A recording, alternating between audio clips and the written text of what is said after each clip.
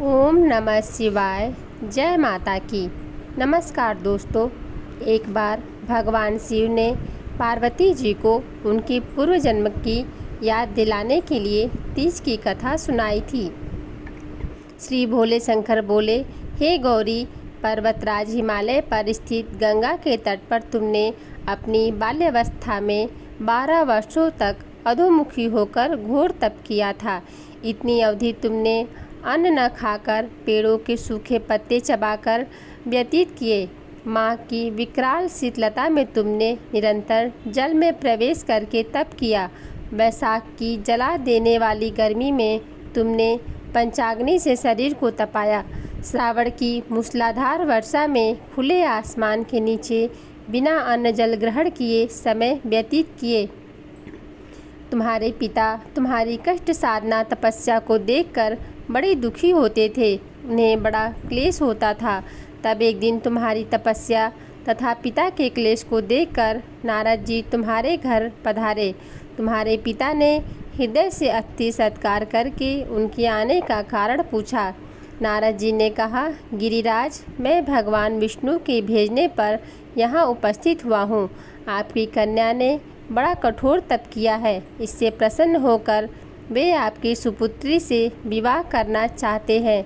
इस संदर्भ में आपकी क्या राय है? नारद जी की बात सुनकर गिरिराज गदगद हो उठे। उनके तो जैसे सारे क्लेश ही दूर हो गए। प्रसन्नचित्त होकर वे बोले, श्रीमान, यदि स्वयं विष्णु मेरी कन्या का वरण करना चाहते हैं तो भला मुझे क्या आपत्ति हो सकती है? वे तो साक्षात ब्रह्मा हैं। हे महर्षि, यह तो हर पिता की इच्छा होती है कि उसकी पुत्री सुख संपदा से युक्त पति के घर की लक्ष्मी बने। पिता की सार्थकता इसी में है कि पति के घर जाकर उसकी पुत्री पिता के घर से अधिक सुखी रहे। तुम्हारे पिता की स्वीकृति पाकर नारद जी विष्णु के पास गए और उनसे तुम्हारे ब्याह के निश्चित होने का समाचार सुनाया। मगर इस विवाह संबंध की बात जब तुम्हारे कान में पड़ी तो तुम्हारे दुख का ठिकाना न रहा। तुम्हारे एक सखी ने तुम्हारी इस मानसिक दशा को समझ लिया और उसने तुमसे उस विक्षिप्तता का कारण जानना चाहा। तब तुमने बताया, मैंने सच्चे हृदय से भगवान शिव शंकर का वरण किया है, किंतु मेरे पिता ने मेरा विवाह विष्णु जी से निश्चित कर दिया। मैं विचित्र धर्म संकट में हूँ, अब क्या करूँ? सखी, प्राण छोड़ देने के अतिरिक्त अब कोई भी उपाय शेष नहीं बचा है। तुम्हारी सखी बड़ी ही समझदार और सूझबूझ वाली थी। उसने कहा, हे सखी, प्राण त्यागने का इसमें कारण ही क्या है? संकट के मौके पर धैर्य से काम लेना चाहिए। नारी के जीवन की सार्थकता इसी में है कि पति रूप में हृदय से जिसे एक बार स्वीकार कर लिया, जीवन पर्यंत उसी से निर्वाह करे। सच्ची आस्था और एक निष्ठा के समझ तो ईश्वर को भी समर्पण करना पड़ता है।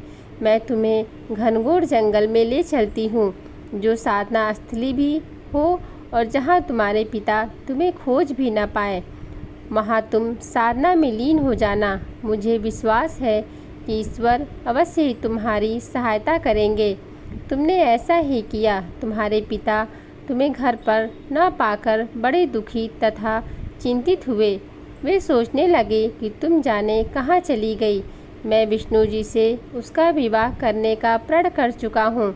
यदि भगवान विष्णु बारात लेकर आएंगे और कन्या घर पर नहीं होगी तो बड़ा अपमान होगा। मैं तो कहीं मुंह दिखाने के लायक नहीं रहूँगा। यही सब सोचकर गिरिराज ने जोर शोर से तुम्हारी खोज शुरू कर दी। इधर तुम्हारी खोज होती रही और उधर तुम अपनी सखी के साथ नदी के तट पर एक गुफा में मेरी आराधना में लीन थी। भाद्रपद शुक्ल तृतीया को हस्त नक्षत्र था। उस दिन तुमने रेत की शिवलिंग का निर्माण करके व्रत किया। रात भर मेरी स्तुति के गीत गाकर जागी। तुम्हारी इस कष्ट साध्य तपस्या के प्रभाव से मेरा आसन डोलने लगा। मेरी समाधि टूट गई। मैं तुरंत तुम्हारे समक्ष जा पहुँचा और तुम्हारी तपस्या से प्रसन्न होकर तुमसे वर मांगने के लिए कहा। तब अपनी तपस्या के फलस्वरूप मुझे अपने समझ पाकर तुमने कहा, मैं हृदय से आपको पति के रूप में वरण कर चुकी हूँ। यदि आप सचमुच मेरी तपस्या से प्रसन्न हैं, आप यहाँ पधारे हैं, तो मुझे अपनी अर्धांगिनी के रूप में स्वीकार कीजिए। तब मैं तथास्तु कहकर कैलाश पर्वत पर लौट आया। सुबह होते ही तुमने पूजा की समस्त सामग्री को नदी में प्रवाहित करके अपनी सहेली सहित व्रत का पारण किया। उसी समय अपने मित्र बंधु व दरबारियों सहित गिरिराज तुम्हें खोजते खोजते वहां आ पहुँचे और तुम्हारी इस कष्टसाध्य तपस्या का कारण तथा उद्देश्य पूछा। उस समय तुम्हारी दशा को देखकर गिरिराज अत्यंत दुखी हो गए और पीड़ा के कारण उनकी आंखों में आंसू उमड़ पड़े। तुमने उनके आंसू पोंछते हुए विनम्र स्वर में कहा, पिताजी, मैंने अपने जीवन का अधिकांश समय कठोर तपस्या में बिताया है।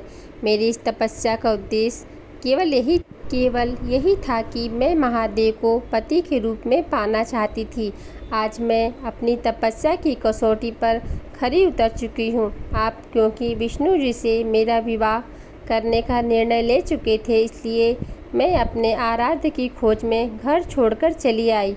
अब मैं आपके साथ इसी शर्त पर घर जाऊंगी कि आप मेरा विवाह विष्णु जी से न करके महादेव जी से करेंगे। गिरिराज मान गए और तुम्हें घर ले गए। कुछ समय के पश्चात विधि विधान पूर्वक हम दोनों का विवाह सूत्र में बांध दिया। हे पार्वती, भाद्रपद की शुक्ला तिथि को तुमने मेरी आराधना करके जो व्रत किया था, उसी के फलस्वरूप मेरा तुमसे विवाह हो सका। इसका महत्व यह है कि मैं इस व्रत को करने वाली कुंवारियों और सुहागिन स्त्रियों को मनवांछित फल देता हूँ।